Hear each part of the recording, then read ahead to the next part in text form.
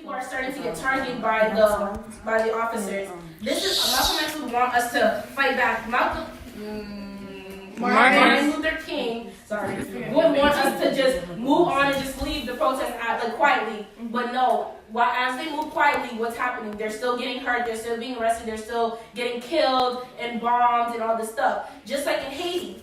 In Haiti, 215 years ago, what did we do? We won our independence. No, we won our independence by fighting against our slave owners. We didn't sit there quietly. We made a plan to go against our slave owners and attack them. And now we are the first black country or free to have independence, right? So being silent and caring about others isn't helping anything, right? Because now we're still being quiet. What's happening? People are still dying for innocent reasons, and nothing's happening, right?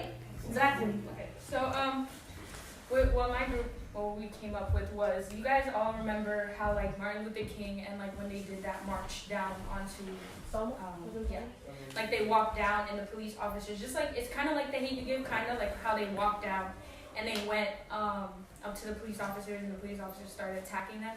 But if we were to attack back, it'd be more like we would be more hurt. More of us wouldn't be here than how if we were protesting or something. You brought up Haiti and talking about how in Haiti we fought our slave owners and we got our first independence. But if you look at Haiti now, we're so violent. We're killing people. We're throwing bottles of fire up to other people. We're burning houses. We're doing all of this, and that's not right.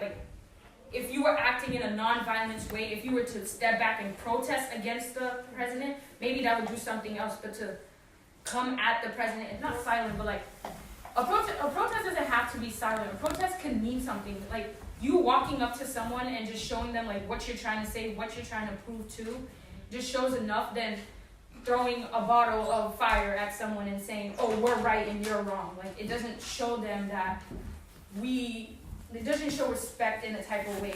We're just trying to respect ourselves as well as respect yourself. I understand that sometimes you don't need to, violence is the way, but it should never be the way. Protesting, standing up, fighting for what you want through your heart and through what you want to show is the better way to do it. The non-violence thing. So if you were to approach something non-violently, even if you died during the protest, you would still die for something you believed in, and that would probably inspire more people to do what you did. So people, if they fought back, you would be looked at as an animal or a monster or something. But if you didn't fight back, people would see you as you were brave and you did something great for the cause. And that would end something. Because if we kept on fighting, it would just be an endless war against white people. And it would never stop. And society would look at us as we're wrong and we're just not human beings, basically. So his question was basically how do we prove that or contradict how that Malcolm, it was people that thought he was a terrorist because of his beliefs and that he wanted violence. How do we prove that they're wrong, that he wasn't a terrorist and stuff like that? And we said that we're not going to contradict that idea because we looked up the word terrorist, and it is a person who uses unlawful violence and intimidation, especially against civilians, in the pursuit of political aims.